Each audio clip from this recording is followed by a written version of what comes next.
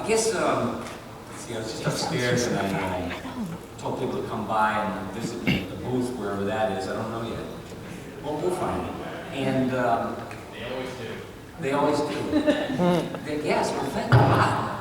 You know, because I'm wearing black to mourn the death of my career, by the way. When Futurama went out of production, I was like, oh my God, I loved it so much. I never had a bad day on the job. Thank you.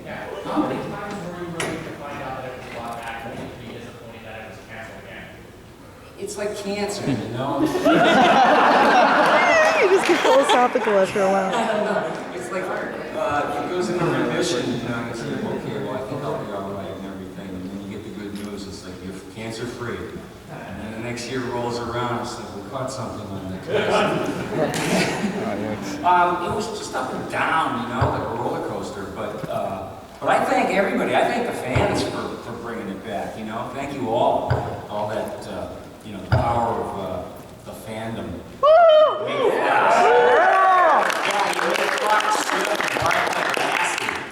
Doesn't that feel good? It's great to hear his voice. And, you know, every time we got together after we did our last show, I always felt like it was the last time I was going to see anybody. So I'd always come over and say hi to Matt, and I'd say, listen, Matt, I just want to tell you that thank you for this great opportunity, and I always wanted to do more than 1,000% for you. I always tried, that's what my goal was, and he was waving me off, like, you know, don't give up so easily. You know, and I was like, what do you mean? And he said, all I can tell you is we're going to work together again. Now, I don't know exactly what that means, you know. It might mean that he's got a whole show. You know, it's always good to look to the future in that regard. I don't know. He probably wants to use, like, most of us on the show, I imagine, if that would come true. But he did say we'll be working together again. I don't know. I have immigrant mentality. Work is work. I don't care. I can work for 18 hours a day. My uncles are up there. You know, that's all you did today was 18 hours. No, they were really hardcore. They would work as long as it was allowed, you know. And I still kind of have that work ethic in me. But that was the best thing I was ever involved with. I've done so much stuff. As far as like every level being so satisfying, the writers, you know, they would write stuff that I wouldn't even understand.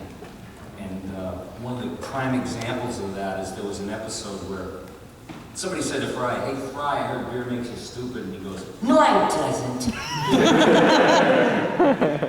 And I looked over at the director, David Cohen, and I said, David, no one doesn't? like it was a typo. And he said, should I, you know, please read it as written? And I read it, and I didn't get it. I said, I'll be back to pick up the $850 correction fee, you know, session fee. And I sat in the chair when it came on, and just the context, I finally, you know why it sounded so beautiful? It was the best acting I ever did in my life because I really, truly had no idea what I was saying.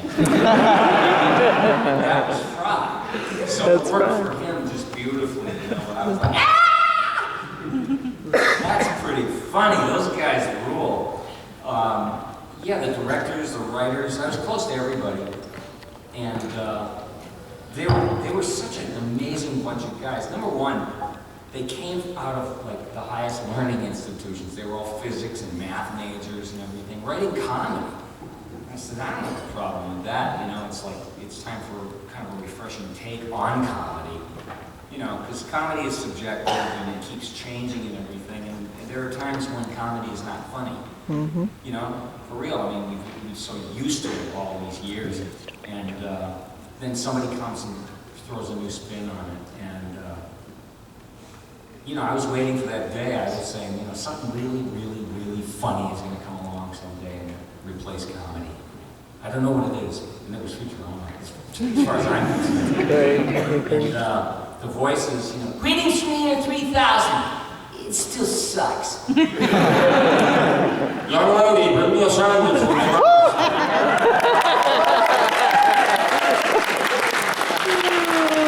Keep the balance on it.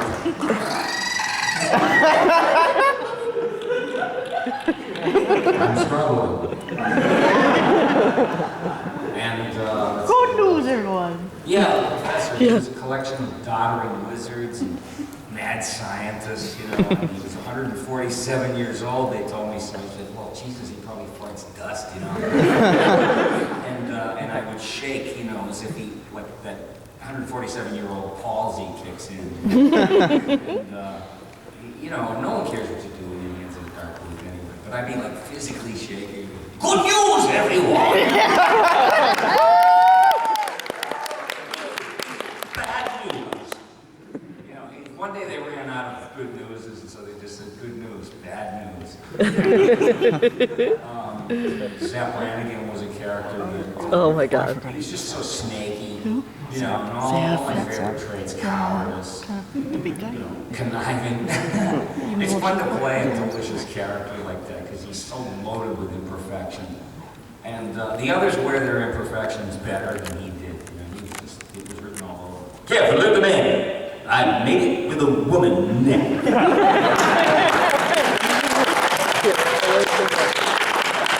Everything was meant to be inappropriate, you know. This is from Zapp Brannigan's Guide to Making Love at a Woman. And it's just so beautiful to be able to do those things. Champagne. And Champagne.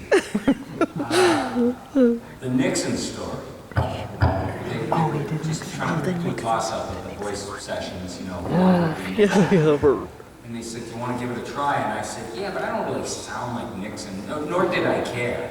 I know because that bastard drafted me in 1970. And I was going to Vietnam. I was in the draft lottery. My number was 30. They were painting my name on the Foot Locker at that point. But I went to the test, you know, and I was 4F because I had hypertension and I had the flattest feet that a human could have. You know, he would suck the floor as I walked. My feet were so flat. And so anyway, he was on TV debating Kennedy back then. You know, Kennedy was the first president who was made for television. This was the first televised presidential debate. Kennedy looked like a game show host, you know, with an ultra bright smile, gleam in his eye, and buttered toast hair. You know, perfect. And Nixon looked like he crawled out of a spider hole in the ground. You know, he just was sweaty, and his 2 o'clock shadow was coming in. 2 o'clock. His 5 o'clock shadow coming in too early. He was transforming right in front of us as he was speaking on television. And I said to my mom, we were watching, I said, Mom, he's going to turn into a werewolf. That's what I really think. He's going to turn into a werewolf right before our eyes. And she laughed, you know, but as I saw it, it was just like, well, the reason I want to be president of this country is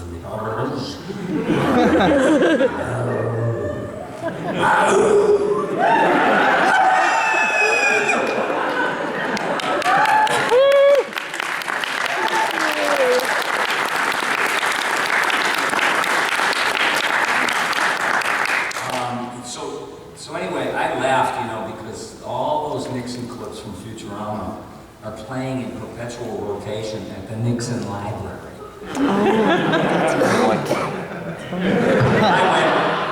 I went. You mentioned something. Does anybody want to know something about anything? You want to know something? What's that? What's that? Come on, everybody's got something to say. All right. Yeah. Yes, you. Hey, you mentioned earlier that you were worried about the thing is, I heard someone somewhere say that there's no actual formula to what makes a joke funny. How does that apply to you? I don't know. I believe in certain formulas, but just like everything else, I have magical thinking. I don't define myself by what the rules are. Whatever the rules were, I was sure to break them. Because I was always wanting to be like the untied shoe. You know, this pretty much explains it. Is you go in a shoe store, everything is perfect. You know, 9.5 or 9.5. It's all laced up, button, on display, very beautiful. And then you'll see a pair that's like the laces are all undone and one is tilted towards this way. Of all the shoes in the place they want you to see, that's the one you get stuck on. You go, whoa. You know, they actually let people run the marathon with these and then just stick them back on the shelf. But I would wonder about it far too much. And that's the way I kind of wanted my work to be like, it's, why did he do that? The writers used to go, why do you go Haru? When you're doing Nixon. And I said, oh, you didn't like that? And they go, no, we all love it. We just wondered why. And, that's kind of how I approach things, whatever the rules were. It's like my throat, somebody asked me, how do you do what you do? And it's like, I don't want to know. I mean, I know some things technically about it, but you also find out there are things that you're not supposed to be able to do and things you are supposed to be able to do. To me, that kills the party for me. Once I know what the rules are supposed to be, it makes it easier to pretend there's no walls for you to bust out in every direction and try stuff and be fearless. That's kind of what I wanted to do. Was just I was fearless as far as acting and voices go. I would try anything. And yes, Mr. Red. I'm old enough to remember your Ren and Stimpy days.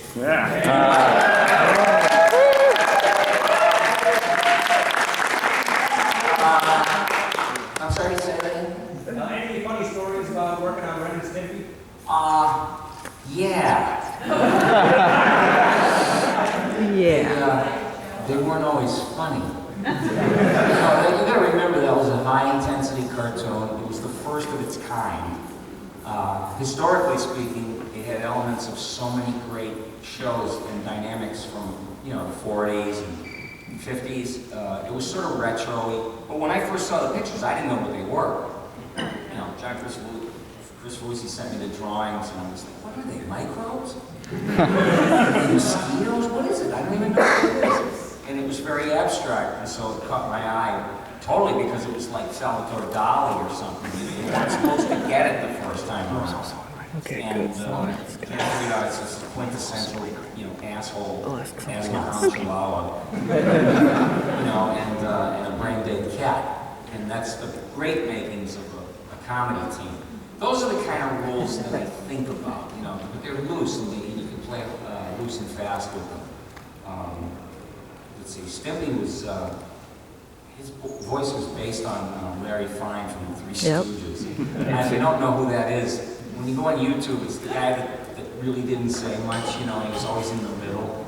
And all the quotes are not like memorable comedic lines, they're just like, be careful, Mo. And I would just be filled with subliminal joy, because it was so abstract, it was like, there's too much tinsel on the tree, Mo. And so he was like the passage, he was the visa from like the wild one, Curly, or someone like that, to get to Mo. But Larry had to be there, he was like the Keith Richard of the Stooges. He just kind of held it together.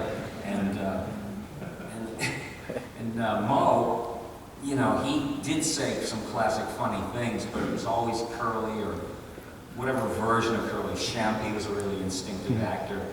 But the little that Larry said, I would be fascinated with. It's only because I watched them, like before I went to school in the morning, they used to show the Three Stooges. So I had a head full of that. I had no interest in academia. I swear I didn't. And all the stuff I was supposed to learn in school anyway would have no practical application in the year 2015. Let's face it, I should have never gone. Really, I should have never gone. You probably should never gone to school and have no practical algorithms application and, for yourself at all. they never saw that coming. But the discipline, I guess, was good. You have to develop something comes from that having to be somewhere stuff. But if you're just a little left of center and your goals are out that window somewhere, you'll go nuts if you don't follow them. And I mean artistically, and even in careers that are not particularly artistic or creative, but there should be a plateau that you got your eye on, and it makes you busy thinking of how am I going to spring wings to get to that place. And I always felt it was like that the magical thinking is a great thing to have, except psychiatrists will tell you, you're just going to get hit by a bus magically thinking that you're not. And I don't worry about that stuff. I never did. But funny stories of Ren and Stimpy. I know that one time John Chris Woozy, the guy that created the show, He was Canadian, and there's no excuse for this, but he went down to a gas station and he started pumping the car, and he's sitting in the car, and he just like, and the bell stops, you know, meaning it's full. He just starts it up and drives away. Oh my God.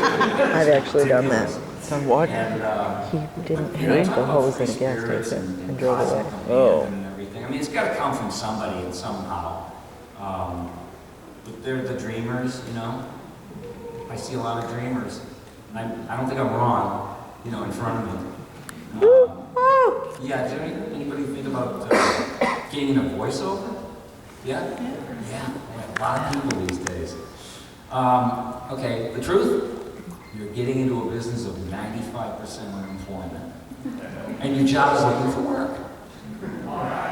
Oh, undaunted.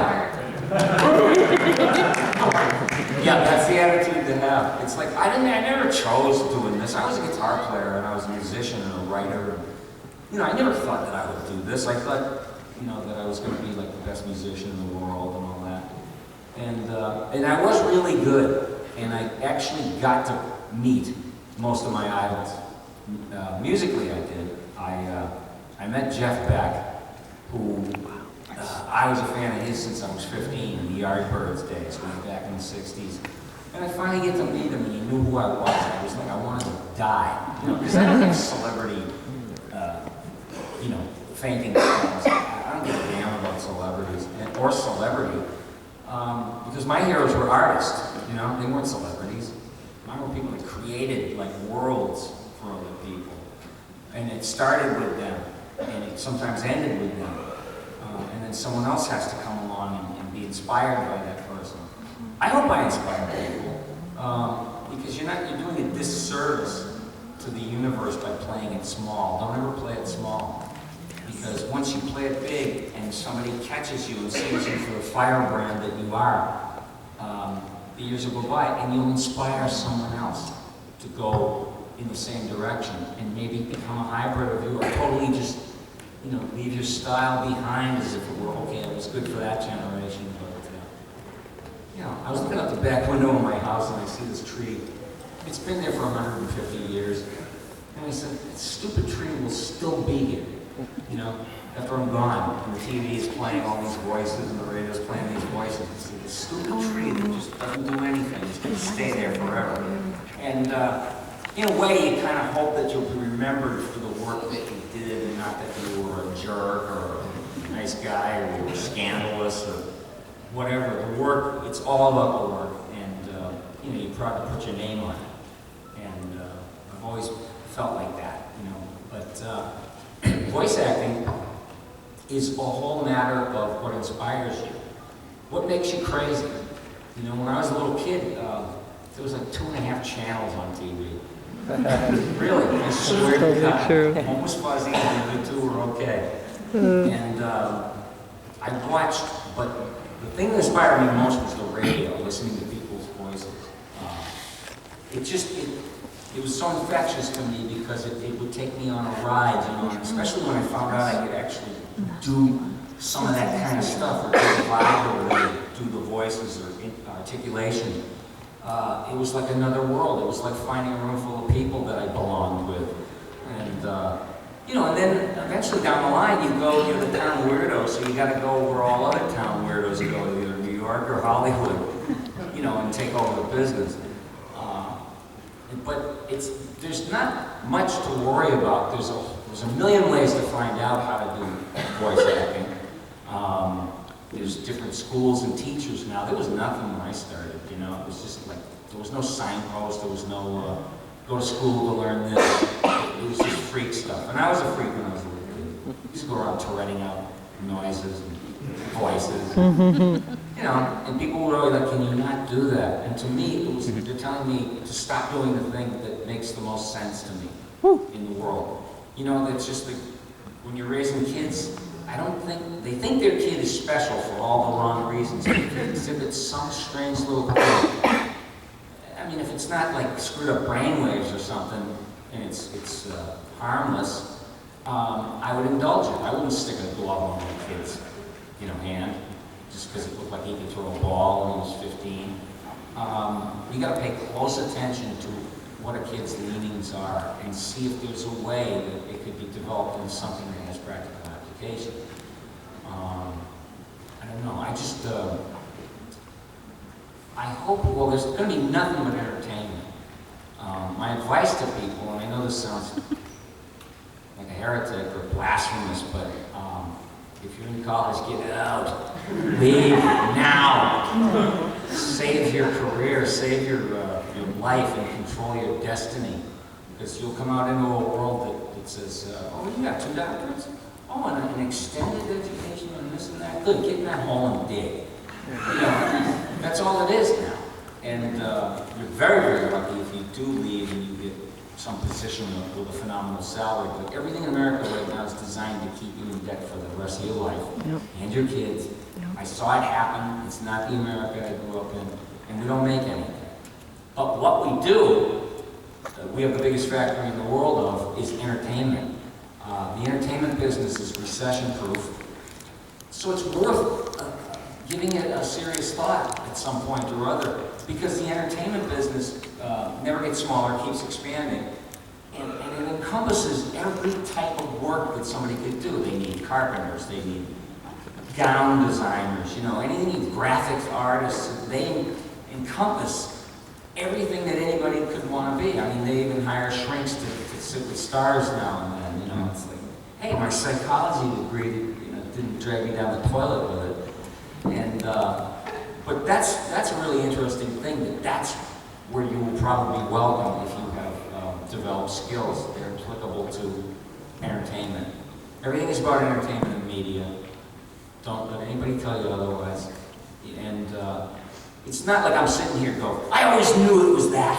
You know, it's not like that. It's, I'm pragmatic. You know, I saw a lot of things coming down the line that affected my decision on which way to go. As far as choosing something, that's a tough one because it chooses you in those situations. You're kind of like, I never planned on being a voice actor, you know, I just didn't think about it. And it was like, you kind of, it's not like I decided to do it, it's just, there you go. You know, it's fate just, you know, knocking you off your feet. You know, and I hope everybody gets those epiphanies and stays inspired. I hope you all stay inspired for whatever it is you do, and I wish you nothing but the absolute best the world has to offer. We're